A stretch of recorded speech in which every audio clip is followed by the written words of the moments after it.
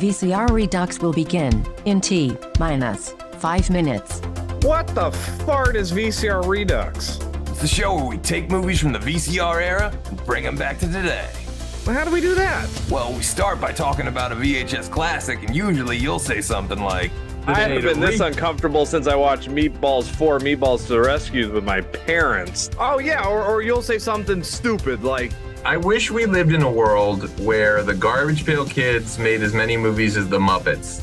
but I know you'll always see it through with a positive attitude. I hate this movie, I hate being here, I hate all of this. Oh, Jamie Kennedy. Oh, well, shit. Well, let's go for this. He was in Son of Mask. This is genius. I am not a gamer. I'd rather read books. I'm just He's like the old lady that's like, I got video game monsters, I got toy monsters in here. As long as we respect the passion and the artistry that went into these films. You know, obviously they took this movie, it's 93, right? And you're like, what do you want to see in your Mario movie? And they're like, oh, we want it to be grim, we want a lot of death, we want tits and ass. Oh, and then we start the pitch ideas with modern day sequels like Weekend at Bernie's 3, Cocaine Mountain. Sometimes we take it kind of seriously. I'll watch a Paul Verhoeven alien movie. Oh my gosh, that alien will have more vaginas than anything you've ever seen in your life. Sometimes this Hawaiian shirted fool will pitch something stupid like, I would take out the virtual reality stuff and just have it be about Jeff Fahey mowing the lawn. Sometimes the best pitches come from the live chat. Alex Bonafonte also pitches Grand Theft Starfighter Vice Galaxy. wait, I thought I had the best pitches. And what happens at the end of the movie? The ultimate fart. The fart that the warmth goes like all the way down to your socks. The only rules are, there are no rules. Sometimes we cross over franchises. Only the truck from Tango and Cash can kill Christine. And sometimes we travel back in time. Like 1995 is missing a good Universal Soldier sequel.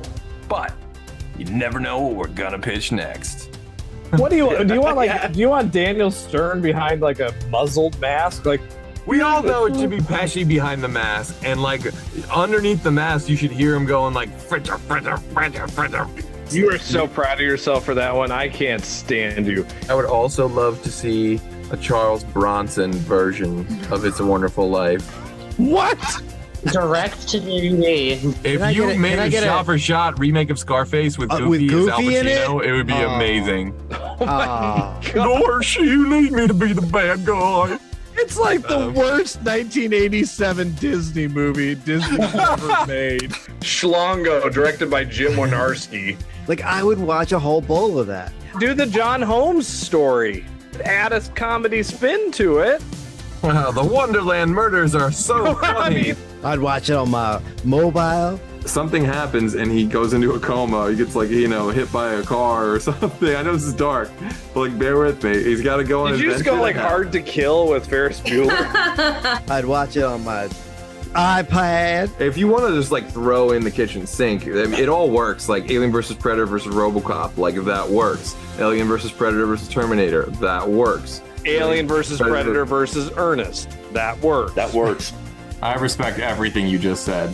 I need David Silver and Terry Silver and the Sloan family all learning the Quicksilver, but they're doing it in Breakin' 3 Hydraulic Boogaloo. And it's underwater. It's gonna be incredible. Eat your fucking shit out, James Cameron. I got the underwater movie you can't touch. That was the most disgusting thing I've ever heard in my life. Mr. Toxie goes to Washington. My ass would be in the theater tomorrow. If Harley Quinn gets 7 movies, then Tank Girl should get at least 70. That's the stupidest thing I've ever heard of in my life. I mean, why should we even bother with Look Who's Talking when Air Bud is soaring to new highs? All I know is I want Danny McBride. I'd want him doing anything other than writing Halloween movies, honestly. Anything that keeps him away from that fucking job, I'm for it. Just let him talk out of his butt. I don't care how he does it. I'd rather not. Austin Powers doing the Macarena. That would be the opening credits. Come on. But we have not yet had Die Hard on a half pipe. What if John McClane Jr. was a pro skateboarder and also an avid machine gun enthusiast? Skater Die Hard.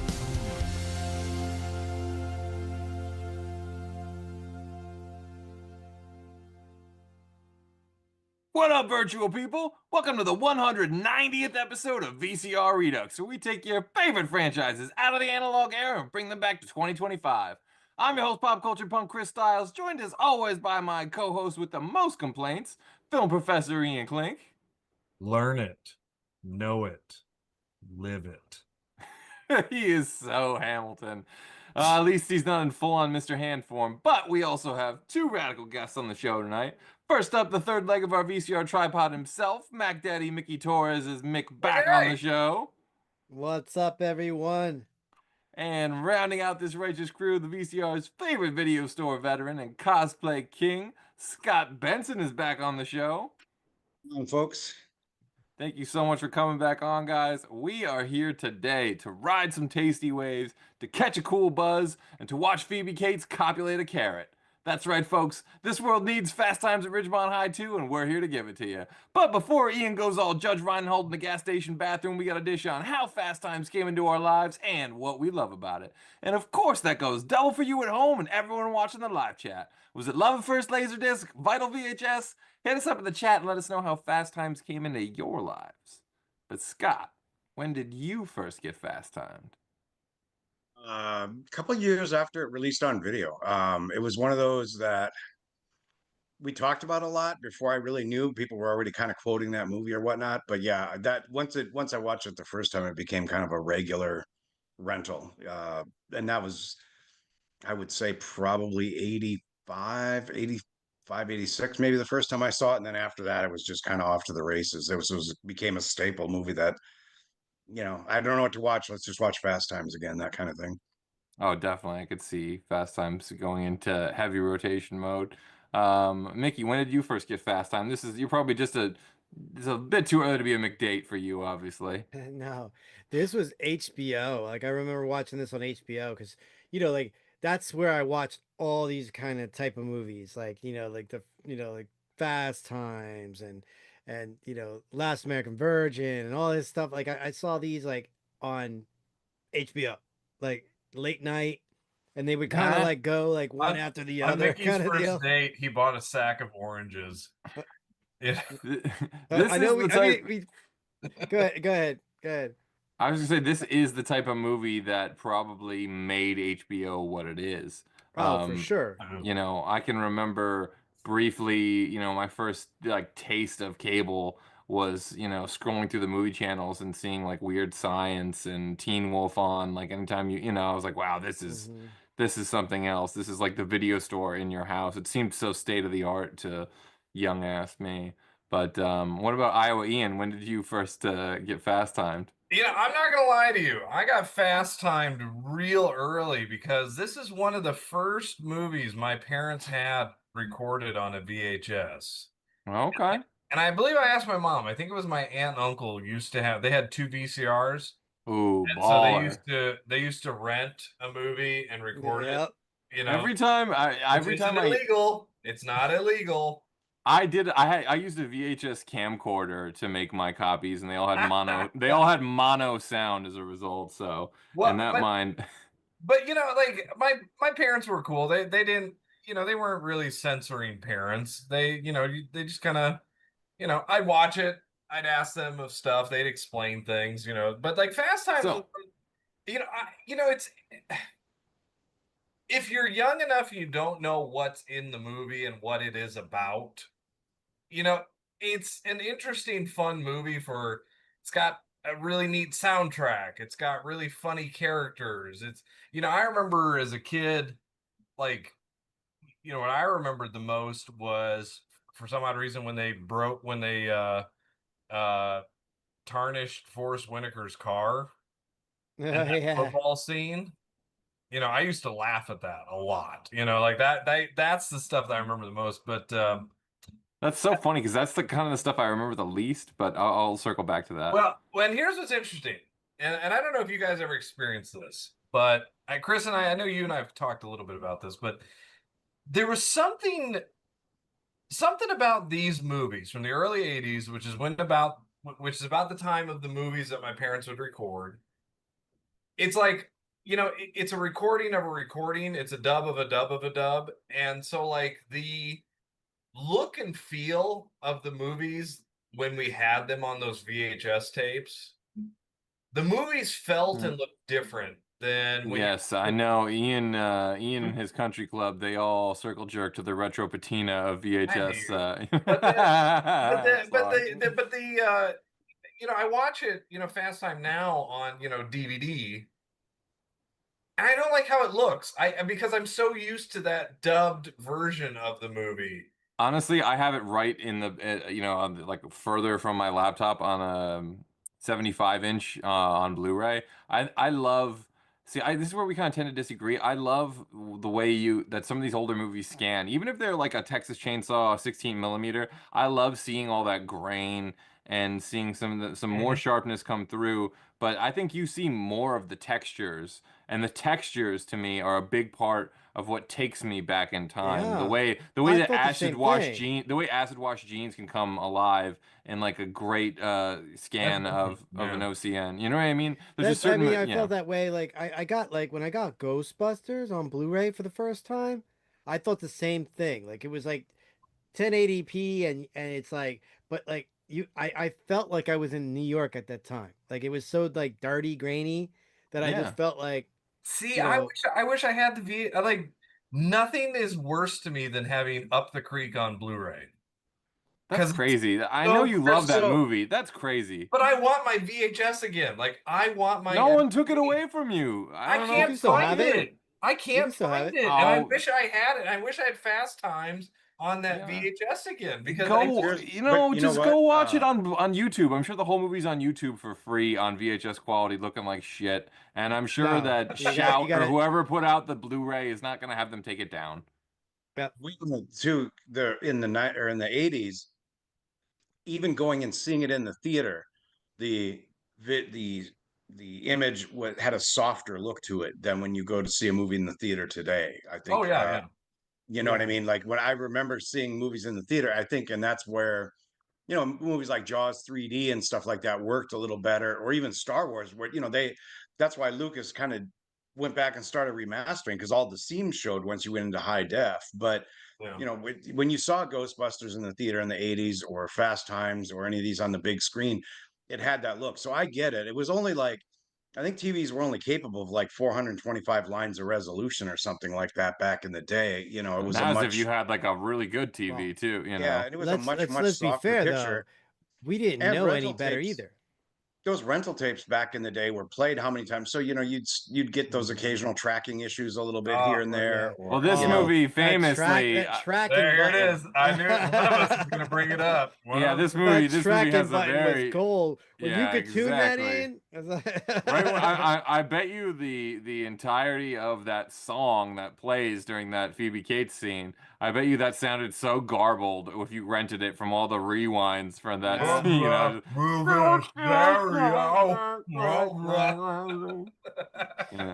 was also the greatest thing. Like when I discovered, like, I mean, you guys talk about like, recording one VHS onto another VHS or whatever case may be. But when I discovered that I could put my VHS through my through my stereo system, and then I had like a recorder on the stereo, so I could record like songs off of the movie or anything I wanted to record. Like I'd have like tapes of just the vocals or whatever that, or just the the track, the vocal tracks or whatever case it be, and literally like walk around with my Walkman listening to a movie. As soon as you hear that opening sound from that Cars song, you know what I mean? Oh yeah. If I have like the Cars greatest hits and I'm listening to that and that song comes up, as soon as you start hearing that little whirring sound at the beginning, it's like you immediately jump to Phoebe Cates getting out of the pool. It's just like you can't not do that. The whole soundtrack. I mean, what's fascinating,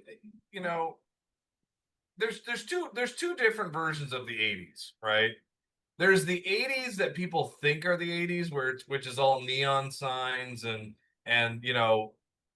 Eddie Murphy wearing delirious suits and like Beverly Hills pads, and or there's Fast Times at Ridgemont High, which is like leftover 70s, grandma's couch and ashtrays.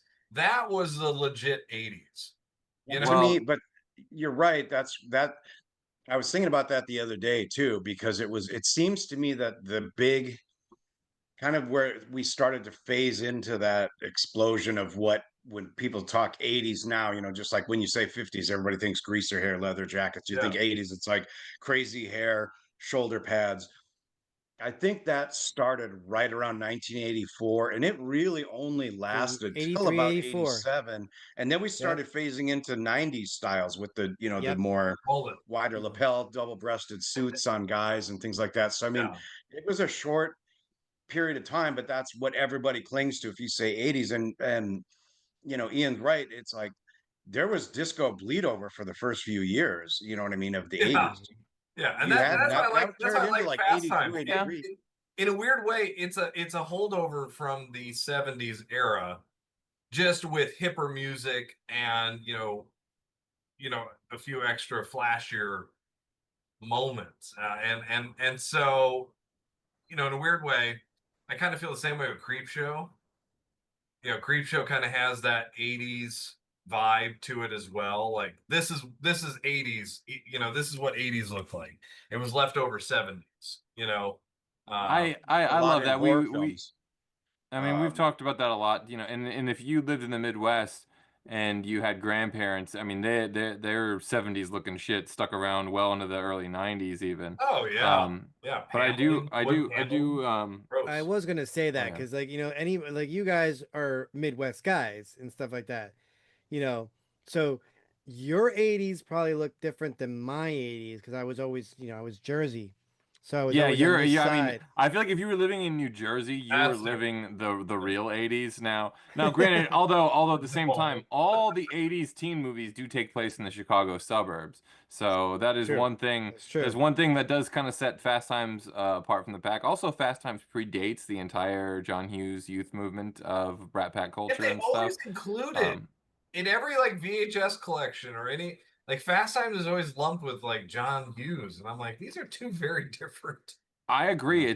Fast Times is totally different tonally than anything John Hughes ever did. Even Weird Science is probably as close as you would ever get, but they're like night and day different, and I love them both. But I'll get to my first time getting fast timed. I'll say hi to everyone in the chat so far. We got Mikey Riffraff, the Mashup Genius, Gold's Code, the Great Sean Gold, and Angie Saunders, the other Mashup Genius, and Cobra Kai Never Dies, our good friend Joanne. So thank you so much for tuning in, guys. So not a huge turnout for our first episode of Sexual Awareness Month, but maybe the big hits are coming. Maybe I was a little bit late getting my promo material That is, online. ladies and gentlemen, this is Sexual Awareness Month. I don't know if we talked about this, but be safe. Also Let's in the talk chat, about sex, baby. Let's talk about you and be me. kind, rewind, be safe. So also in the chat, Caitlin Altman just joined, America's Next Top Model. So thank you so much for tuning in. What are the people saying? Definitely saw this one on cable first, says Mikey Riffraff. Gold's Code says, I've been thinking, Ian, seeing as VCR Redux is our time, what's wrong with Little Airborne pitch on our time? I saw this movie on TV on a Saturday afternoon when I was 11. Amazing. I love this movie like Ian loves All American Burger. If All American Burger is something that you can get in a gas station and nuke it there, then I bet you he loves it. Angie Saunders just says, I just need some tasty waves. I love this movie, watched it so many times. I will circle back to that. I have a theory that this is also uniquely one of the few 80s teen movies that airs a little bit on the side more for girls, I think, than it does for guys. I think I can see that.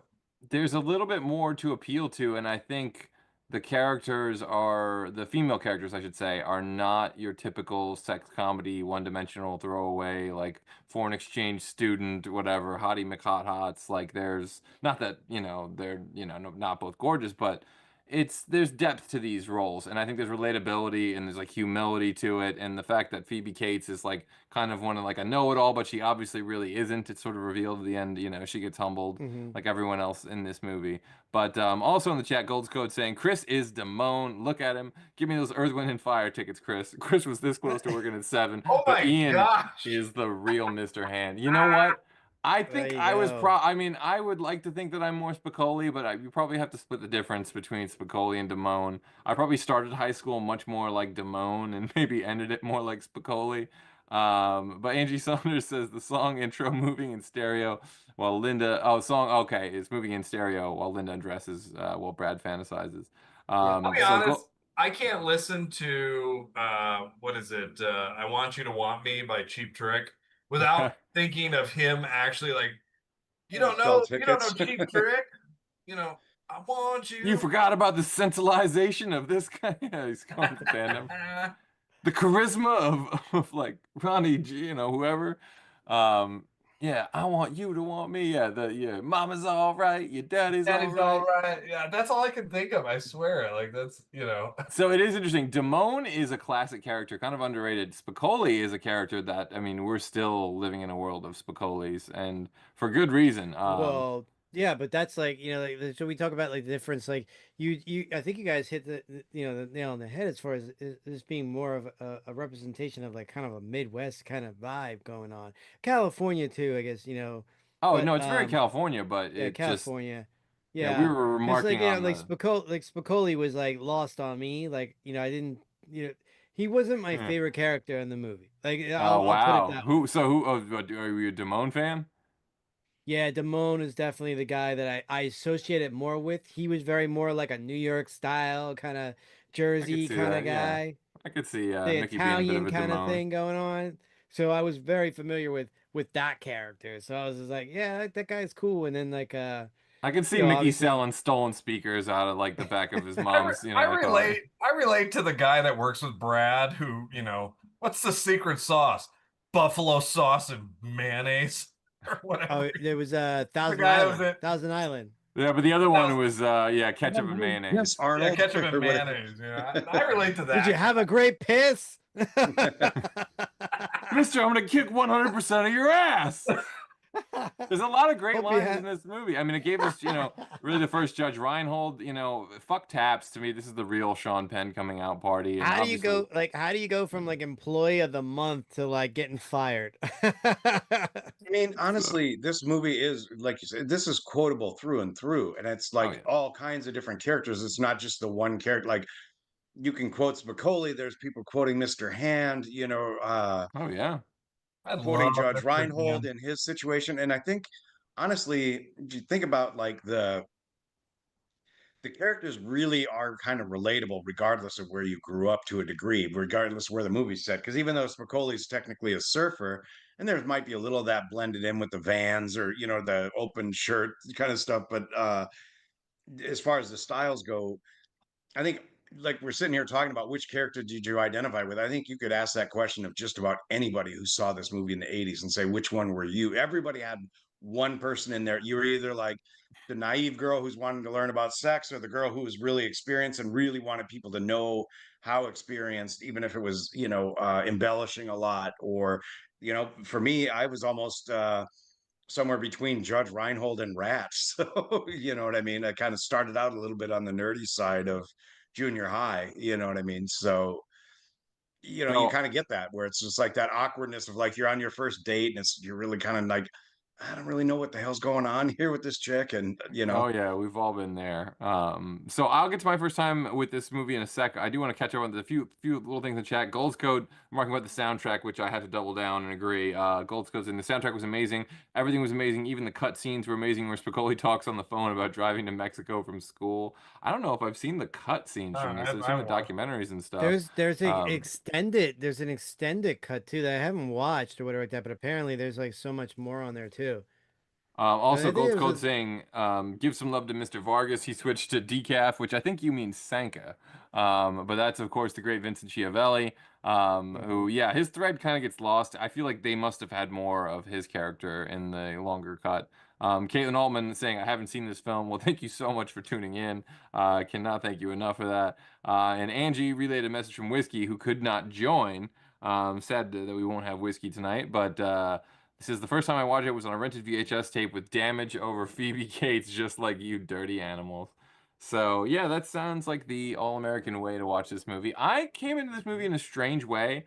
There were a series of, I don't even know what you call them, like sort of like Ian says, those like still in the 70s, 80s joints, or if you will, or some of them were legitimately still in the 70s. There's a series of movies that I watched on TV as a kid on like national broadcast TV when we only had like 4 channels or whatever, and it was Yeah. like Vacation, Animal House, and these are kind of weird movies to be censored. Vacation not so much, but like Animal House was one, and Fast Times was like I would love to go back and watch the network TV cut of The this and cut. see, yeah, Oh, like it's Yeah. the what's left worst. in. Oh, it's It's the got to worst. be. I remember watching this on USA, and there's everything's cut out. I Of mean, Yeah, course, but you yeah. know what?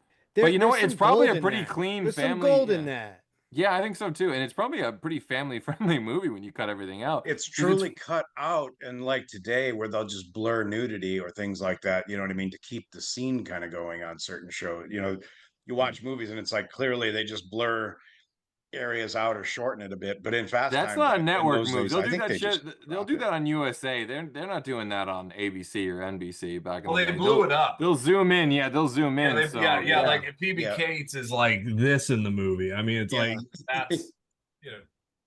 Yeah, that makes Yeah, sense. which, Yeah. but also they cut out what Judge Reinhold is doing. Therefore, literally, there's no point in that scene.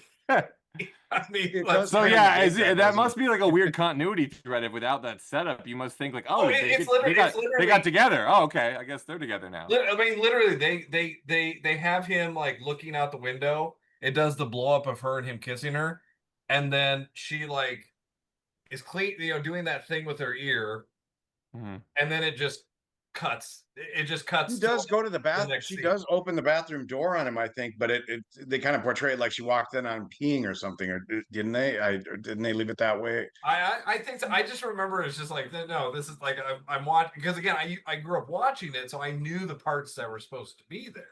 Well, interestingly enough, with this movie kind of came circled around for me because, cut forward to, I mean, I'm maybe in first, second grade when I see this for the first time on TV. And, you kind of watch it, and you forget about it. And ironically, Chopping Mall was a similar one, which also takes place at the Sherman Oaks Galleria. Scott will give us the rundown of all the movies shot there in a second. But but it was this movie circled back around when I was in like, somewhere after 7th grade. By this point I had realized how much like I loved the 80s and I was all 80s over 90s and blah blah blah. And I remember I went to this snowboard camp and there was this girl there that was a little like she was a year or two older than me. And like, in my mind, I like to think back then that she had a little Chris crush. But I remember her saying, "Oh, Fast Times." We were talking about like, "Oh, I love 80s movies, this and that." She's like, "Well, you got to watch Fast Times again." Fast Times. I'm like, "Okay, yeah, like I'll rewatch Fast Times. That sounds cool." And then I kind of rewatched it and I was like, "Oh, I don't know if this is doing it for me as much as like the John Hughes movies are, as much as like the Weird Science and some kind of one, I liked it, but it sort of came back around, and this movie sort of aged like wine for me, where now I can really appreciate it, to appeal to Ian's Country Club film snob friends. That you've got Forrest Whitaker, and you've got Eric Stoltz, and you've got Anthony Edwards, and you've got Nicolas Cage, and you've got Kelly Maroney, and you've got Vincent Schiavelli, and you've got like all these people, Ray Walston, these great, incredible of course, The big difference between that, like John Hughes movies, and I would even say to a degree Breakfast Club is in there, is that those characters are a little more cartoony and the comedy is amped up to a little more of a ridiculous level, especially when you get into like 16 Candles or Weird Science or whatever. Whereas like this one, the comedy is a lot more subtle. I mean, it is almost a slice of life of high school for these people, and they're doing sort of funny things, but it's not like I don't feel like this is writing in as like, okay, this is going to get a big laugh in the theater. Do you know what I mean? Or this is going to get a big laugh. Whereas like Hughes's stuff is like, okay, we're going to do this over the top house party where all these crazy things are happening. You know what I mean? For comedy value. And I think that might, to me at least, give a little more longevity to Fast Times, because this ages, I think, a lot better. And there is a lot less cringy shit going on in this than there are in a lot of John Hughes movies, to be honest. Look, this is one of the first major films that really dealt with abortion, and I mean, and they don't hide it in this movie. Which, to be honest, to me, that's what I think is fascinating. Is Fast Times. To me, the studio heads who approved this movie were the ones who were in the '70s approving, Terrence Malick movies, and the Fast Times is like the '70s movie, sort of about to disappear, but it's see that, realistic. it's a realistic portrayal of high schoolers at this time period. Here's the weird thing about like I feel like Fast Times works more as like a film than it probably does as a script. Where Hughes' movies, they are incredible scripts. Like Fast Times is strange in the sense that I feel like there's no central character to Fast Times. It's an ensemble piece, but it's not really about how the ensemble comes together. I guess the closest to a main character is probably honestly Jennifer Jason Leigh. Jennifer Jason Leigh, yeah. So I feel like that's what Cameron Crowe's kind of writing style becomes. I mean, like my favorite movie of all time is Say Anything.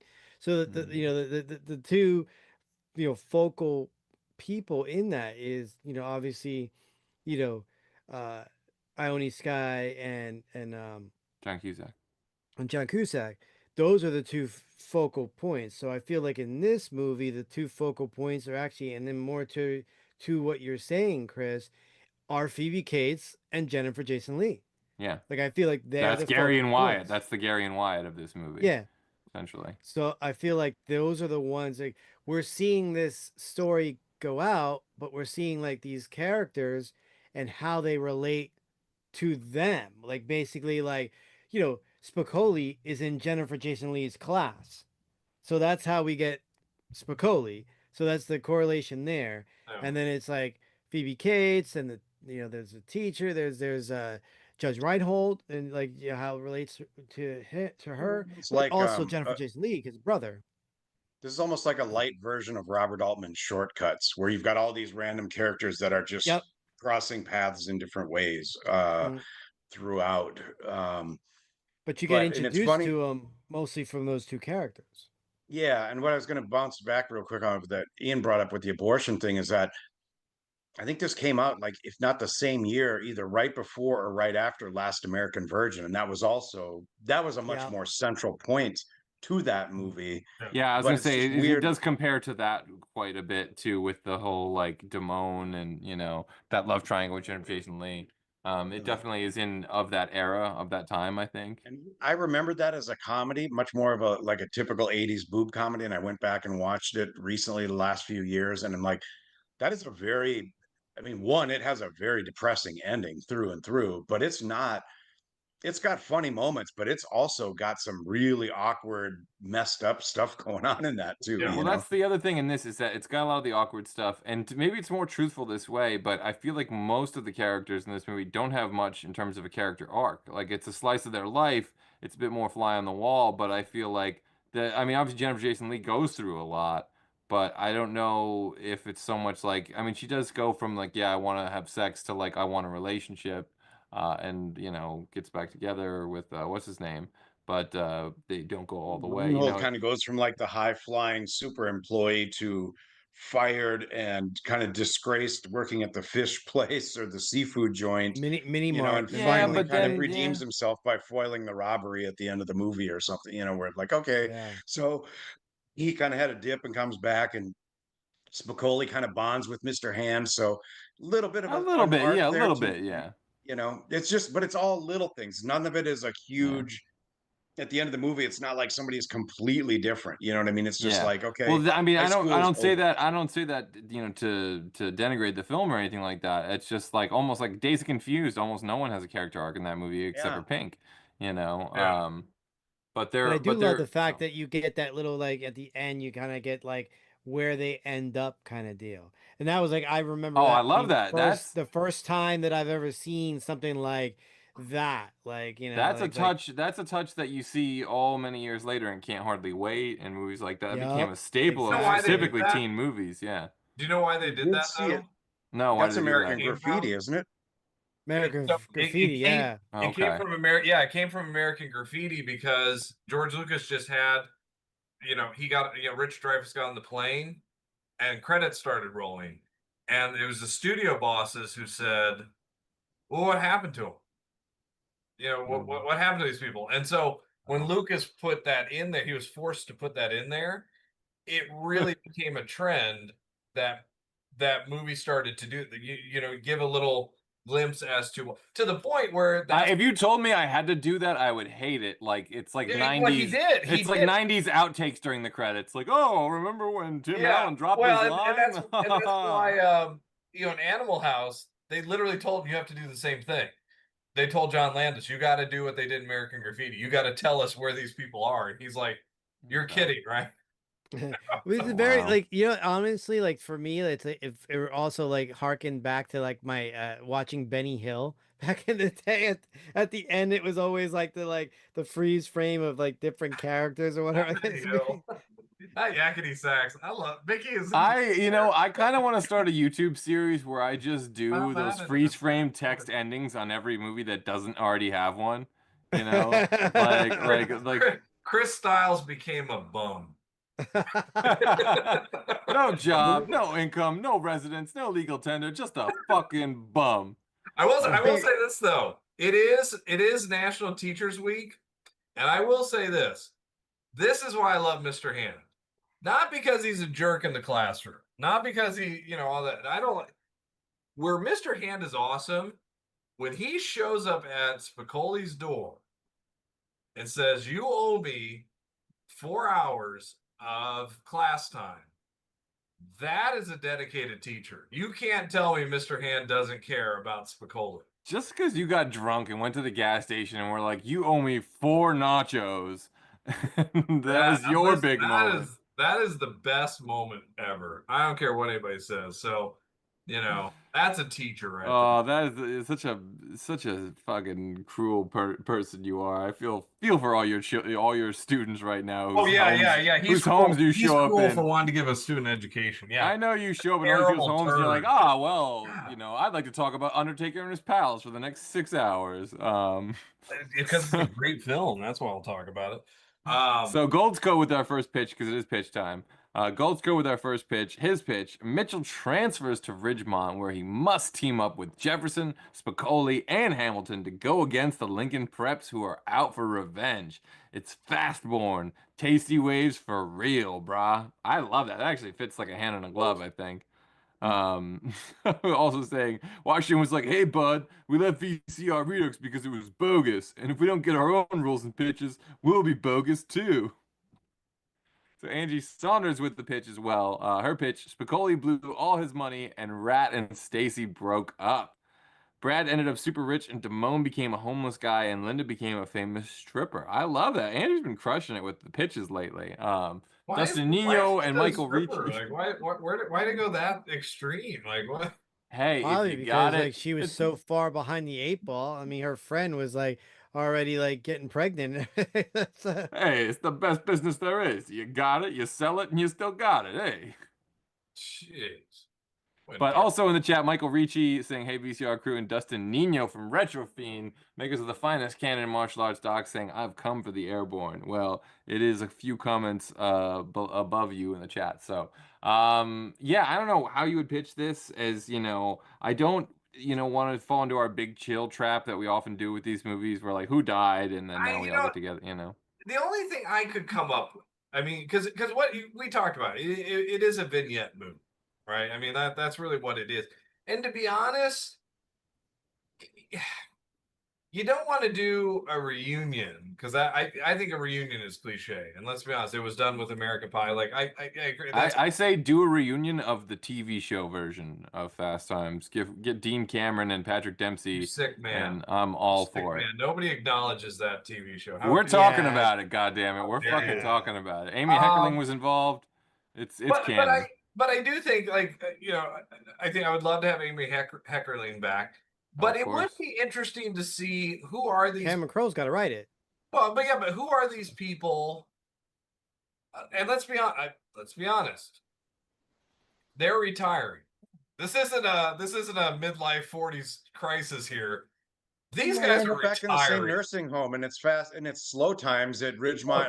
Slow times at assisted care. Slow times at Ridgemont retirement community. Yeah, 55 plus. I mean, you would never get. I don't think you would get Sean Penn, but like it would be awesome to see Spicoli become a teacher. So what's that movie? You wouldn't get him as Spicoli. You would. No. You could.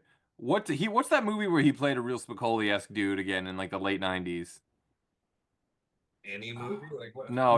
He had long blonde hair. Yes, he had long blonde hair. And I remember seeing the trailers. My mom being like, "Oh my god, he's doing like a Spicoli thing." And you know, someone who, if you're out there with the Google, please back me up in the live chat. I think you've lost your mind. No, this is a Yeah, I thing. don't remember I've had anything like Mandela that. effect this. Plot. Yeah. What's Well, I'm gonna have to Google it You then. could set this. You could set this. It wouldn't even be an assisted living. You just, you know what? They all move into a gated 55 and up retirement community, and then you can do pool scenes again because you got the pool there, but maybe a little bit of a different dynamic going on with that. You know, maybe that would I'm fly. gonna be honest Oh, here. wait, I don't think at missing- this age Brad is gonna have to worry about getting. we're- I think Brad's gonna have to worry about. We're missing the not working. easiest sequel, and that's a fucking high school reunion. Yeah, but okay, but at the same time, like that falls into the I agree with Chris. Why do the big chill approach? What's something different Yeah. than the big chill approach? You know, because Yeah, we do that all the time, at a yeah. reunion, somebody's gone. I mean that's the reality. You go to a reunion, first thing you see is a list of who's not here anymore. You know, so by What nature, if you did? What if you did like the Saved by the Bell kind of episode where they did the time capsule, and then like the new class is watching the video of the time capsule? What if this is all on tape, and then like there's a new class at Ridgemont High, and they're watching this class, and they just But I don't know. what about having just like now that vinyl's coming back into play, maybe Damone decides to open a record store and it spawns other folks in the area to get involved with building their own, because we, you know, are we going to bring back mall culture? Is kind of dead now with Amazon and things like that, but like High Fidelity records are there, so Maybe maybe make it- Damone has a record store and Spicoli's in construction and helping him build it or whatever the case, you know what I mean? And you loop them that way and have, but I mean, what would be the storyline, I guess would be the question. I don't think you need a storyline. I agree. You know, I do love American Graffiti, Days of Confused, Empire Records, Fast Times. These are movies. As I tell my students, sometimes you can do a movie that's about nothing, because really that is what these movies are about. They're not about. They're about nothing, right? You know, it's just they really what's there's no plot to American Graffiti.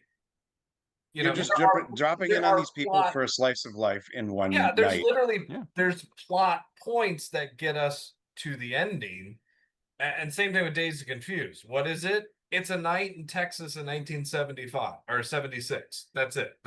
There's nothing else to it. You know? And so if you had a movie where, like, I like that setup. I like that we're opening a vintage store. We're you know, who you know, I don't know, maybe he had a heart attack and he's you know, had to rethink his life and stuff like that, or maybe it's Brad. You know, maybe Brad has been the loser his entire life, and finally Brad has just finally had it. You know, Maybe Brad. I would just love to hear. Uh, I would just love to hear Brad talking about his, like, you know, list of jobs since we last saw him, and just naming every place that went out of business. Like, well, I worked at B. Dalton Booksellers, and from there I went to TCBY Yogurt, and from there I went to West Coast Video, and then I started working on the marketing team behind Laserdisc, and then that parlayed to a job working at Divx, and just everything that failed. And I was working with Sony on minidisc right before, you know, like what'd you do? What'd you do at the very end? I was the CEO of Blockbuster. Yeah, exactly. Right. Or you could go the other way, and Brad became a mogul for a chain of Mighty Mart stores that went nationwide, and now he's and then of his story. So now he's gonna rebuild, or he's gonna what do you call it, like remodel the Sherman Oaks Galleria, and then Damone's gonna open a record store in there, and maybe they're talking about reopening a Perry's Pizza or something to that effect. Oh, that's kind of cool. It's kinda about cool. bringing back the mall. Well, you know, there's a lot. Yeah, maybe got a like surf shop. we're in a time where malls are dying. Maybe the mall is almost closing or some shit like that. And Brad, you know, maybe he found Wawa. Who knows? You know, and he's got the money, so he wants to save the mall. So he gathers up his friends and it's like, let's bring it back to the old days where the mall was good and everything else like that. And they each have their own thing. Like you said, like Damone, he could do the record shop, and, whatever, and sell concert tickets out of there. I mean, old school kind of Ticketmaster way. And since Kelly Forrest Maroney Whitaker- was in Forrest both Whitaker has a this and sports shop. Chopping Mall, you get the robots to monitor the mall and then turn it into a horror movie, just like a secret horror film. at the There you end. go. So there's a lot of Beverly Hills Cop connections to this movie. Martin Brest, the director, that has a cameo in this. Obviously, Judge Reinhold, the guy who robs the liquor store, is Eddie's best friend who gets killed at the beginning of the movie. One of my favorite actors. A name always I forget. Great actor. So I'm not entirely convinced that Brad Hamilton doesn't one day have some kind of moment, or that moment in the Mighty Mart doesn't change him, and that's when he becomes Bill Rosewood and changes his name and goes to Beverly Hills, Police Academy, and like I'm not entirely convinced that that isn't exactly where he wound up. So that there could be cause to tie all this in and get crazy. Forrest Whitaker, maybe Forrest Whitaker, became like a super pro football player. And then, of course, he's at an age now where he would have been retired. And so maybe he's like a super famous, and now he's going to be the guy there at the mall for the grand opening appearance by, Nice. Jefferson. I like that. I like that. Yeah. Yep. Oh, I like that. And I mean, yeah. Jennifer Jason Leigh, if you're going that route, I mean, Jennifer Jason Leigh did play a cop too, an undercover cop eventually in Rush. So I'm like, Oh, I love Rush. I was just watching Rush the other day. It autoplayed. Nobody acknowledges Rush. I can't. I think Rush is a great movie. That's an incredible movie. Do you have no I know soul? it's a great movie, but nobody else acknowledges it's a damn good movie. I'm tired of this world. Okay, good. I think, good. Not was giving Jennifer that movie credit. Jennifer Jason Leigh was in the movie At Close Range with Christopher Walken and Sean and Chris Penn too, wasn't she? The girlfriend in that? Yeah. Yep. Terrible. She was hot. She had a hot run in the early '80s. The War Games. Oh, I had the hugest crush on Hitcher, Jennifer Jason Leigh.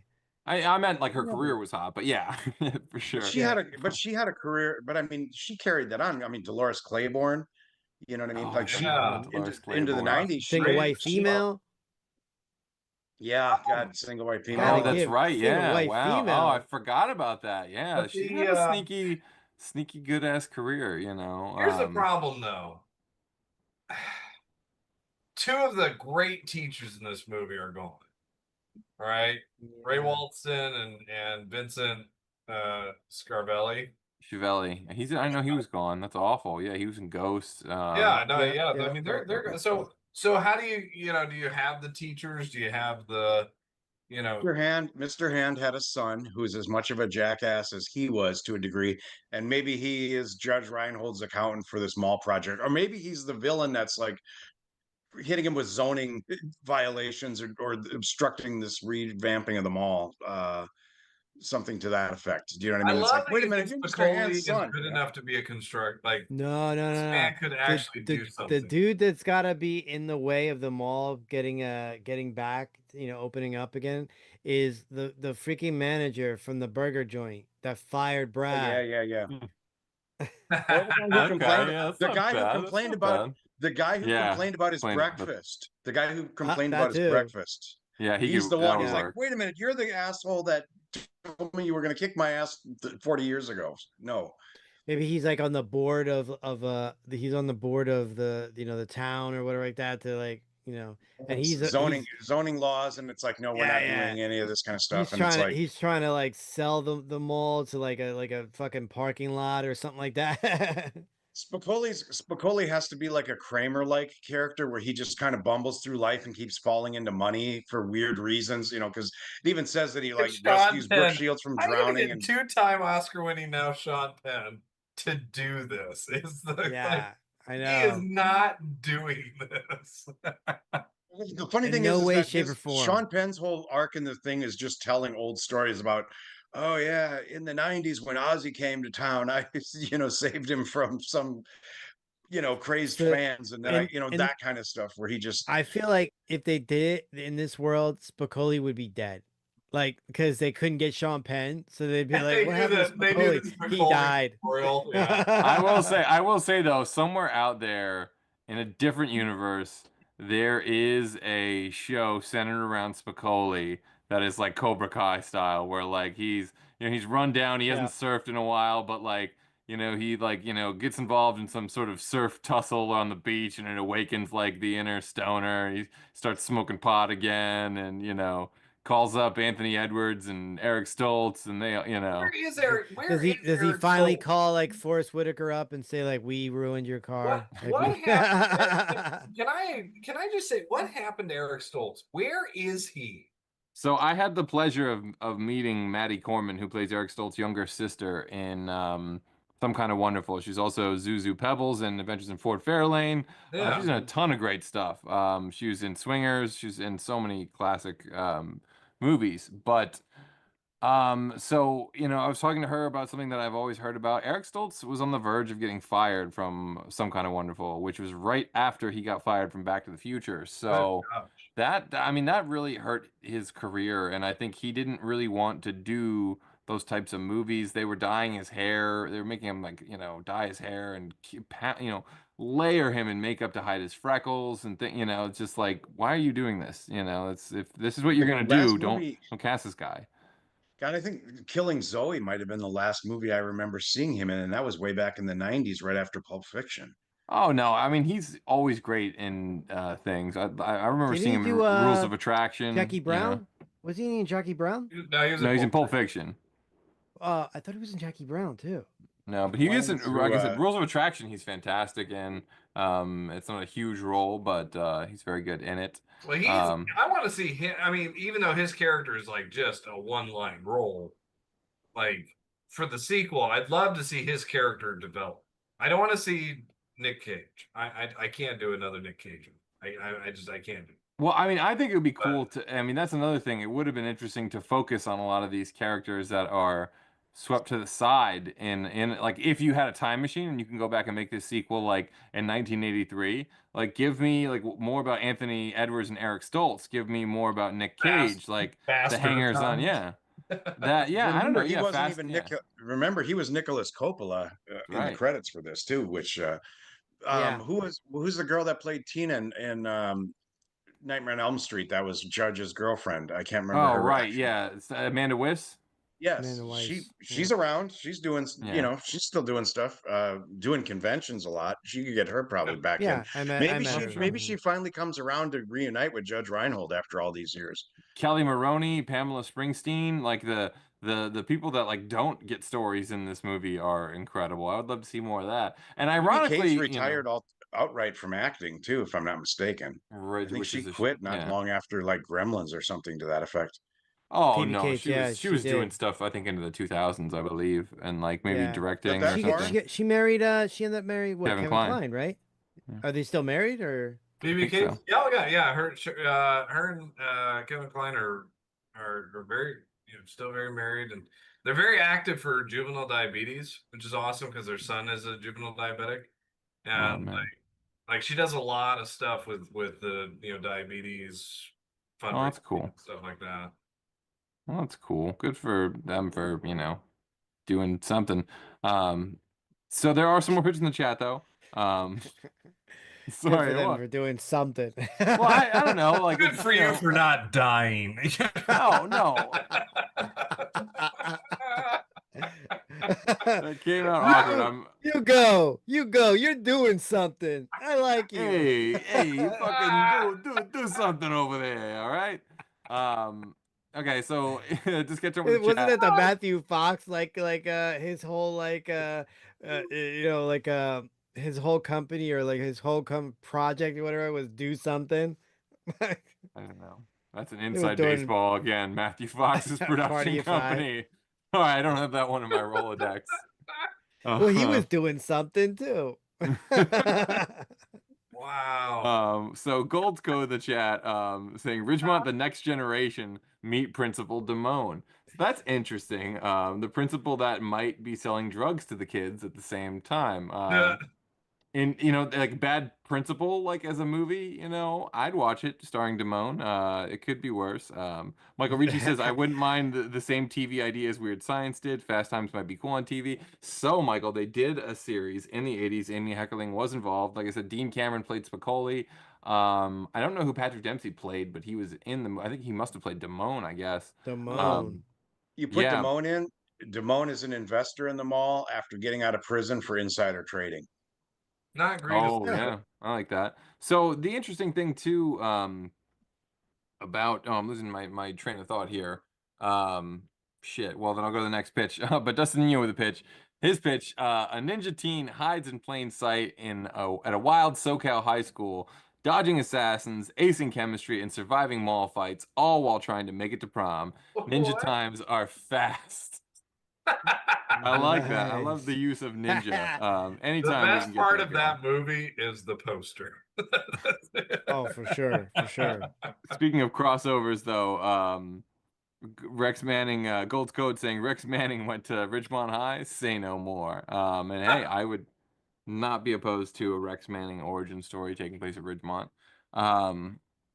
Yeah. So, but I was gonna say before, is the interesting thing about the TV series on this is that like I think it actually kind of works with these characters the way it's set up. Like I think you freaks and geeks it where so like say they've all started to learn like the error of their ways or whatever. Like where do they wind up? Who do they become over the course of the next year? It's like Breakfast Club on Monday morning kind of thing. Does Spicoli, does his surf career go well, or does he get injured and have to like rethink his life? Like I'm kind of curious to see these people at the next junction rather than like, as we always do, pick them up 40 years later and stuff. Like I don't know. I mean, although the idea of saving the mall is cool, I will say that was a really good idea. But normally it's like, oh God, 40 years. It's kind of tough to pick that up. But Spicoli could be like a surfing coach or something like that, and he's coaching Spicoli, like, with weed being legal, would open his own dispensary at this point. oh, Well, that's sure. true. to be Yeah. honest, At I this think the point, yeah. only character anybody I think would want to see really is Spicoli. I mean, like if there was ever a sequel to come out, I think the only way it would even get greenlit is if it was Sean Penn saying, "I'm playing Spicoli." They'd probably throw Well, out the money like that. I mean, he is the biggest star of that movie now, but he wasn't the biggest. I don't feel like. I mean, like he wasn't He's the the biggest most star. I memorable mean, character, though. I think if you yeah. say Fast Times at Ridgemont High, that's the one Well, character the anybody would identify with movie they more. put him on poster the and the poster. I mean, cover. yeah. I Yeah. mean, Yeah. Well, yeah. You don't see Well, Jennifer Jason Leigh on the cover most times. that's Thinking fair. and he would have to have a bagel in his waistband at some point if you had him in the movie. You just have to bring that look back. well, I get so fascinated. I don't know if the execution was great, but I do get fascinated with John Turturro took that Jesus character from the Big Lebowski, Oh, right. Yeah. a 1 minute character at most, and span off an entire movie. It's like I would watch the Spicoli movie. I would watch that. Well, here's your meatballs pitch. What if you take all those weird characters like Charlie Sheen from Ferris Bueller's Day Off, Jesus from Big Lebowski, and like Damone from this, characters who don't have that much, of a scene, or Forrest Whitaker because he doesn't have much, he sort of gets angry and demolishes a football team. See, I thought about meatballs Hey. too, but the only thing I thought about meatballs was like introducing Meathead into Fast Times at Ridgemont High. would be kind of awesome to have like Meathead at the mall.